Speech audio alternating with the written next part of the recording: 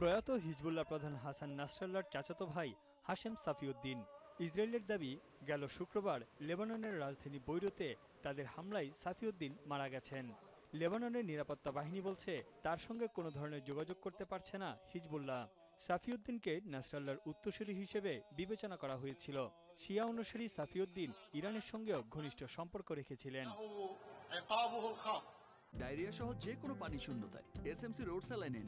কেনার সময় প্যাকের গায়ে এসএমসির লোগো দেখে কিনবেন। হিজবুল্লাহ প্রধান নাসরাল্লাহর মৃত্যুর পর অনেকটা নেতৃত্ব সংকটে ভুগছে ইরান সমর্থিত লেবাননের হিজবুল্লাহ গোষ্ঠী। এবার আরেক শীর্ষ নেতার মৃত্যুর খবরে দিশেহারা সংগঠনটি। এদিকে লেবাননের দক্ষিণাঞ্চল ও রাজধানী বৈরুতে হামলা অব্যাহত রেখেছে ইসরায়েলি সেনারা। প্রতিরোধ গড়ে পাল্টা আক্রমণের দাবিও করছে হিজবুল্লাহ। সীমান্ত অঞ্চলে দুই পক্ষের মধ্যে চলছে গোলাগুলি। এমন পরিস্থিতিতে লেবানন ছেড়ে যাচ্ছেন অন্য দেশের নাগরিকেরা। ২ শতাধিক চীনা নাগরিককে এরই মধ্যে নিজ দেশে ফিরিয়ে নেওয়া হয়েছে। ইসরায়েলি হামলায় লেবাননও ধীরে ধীরে আরেকটি গাজায় পরিণত হচ্ছে। বৈরুতের দক্ষিণাঞ্চলের শহরে পোড়া ভবন ও ধ্বংসস্তূপ থেকে উঠছে ধোঁয়া। ভয়ে আতঙ্কে বাসিন্দারা পালিয়ে বেড়াচ্ছেন।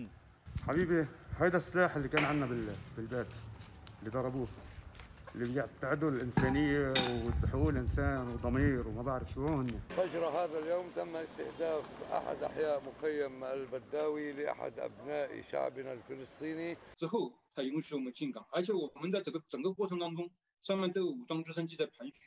এই অবস্থায় চরম মানবিক সংকটের মুখে লেবানন। ভেঙে পড়েছে স্বাস্থ্যসেবা ব্যবস্থা। ইসরায়েলি হামলা থেকে বাদ যায়নি আবাসিক ভবন থেকে শুরু করে হাসপাতালও। জাতিসংঘের বেশ কয়েকটি সংস্থা ও সংযুক্ত আরব আমিরাত সহ কয়েকটি দেশ থেকে পাঠানো হয়েছে মানবিক ও চিকিৎসা সহায়তা। More than 20 between hospitals, medical centers have been attacked. We've seen almost 130 vehicles that have been targeted. So unfortunately, the same playbook that we saw in Gaza.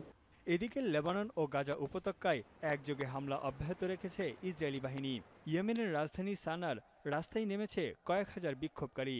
মধ্যপ্রাচ্যের অস্থিরতার জন্য যুক্তরাষ্ট্র ও ইসরায়েলকে দায়ী করে বিক্ষোভ জানায় তারা। الاعتداء والجرائم والمجازر الصهيونية في غزة وفي لبنان وفي سوريا وفي العراق وفي كل مكان وفي اليمن. خرجنا ضد اليهود الذي اختالوا جريمة الاغتيال الذي اختالوا بها.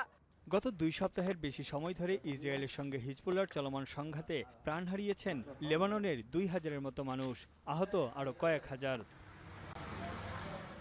তানভীর জনি, এখন বিশ্ব।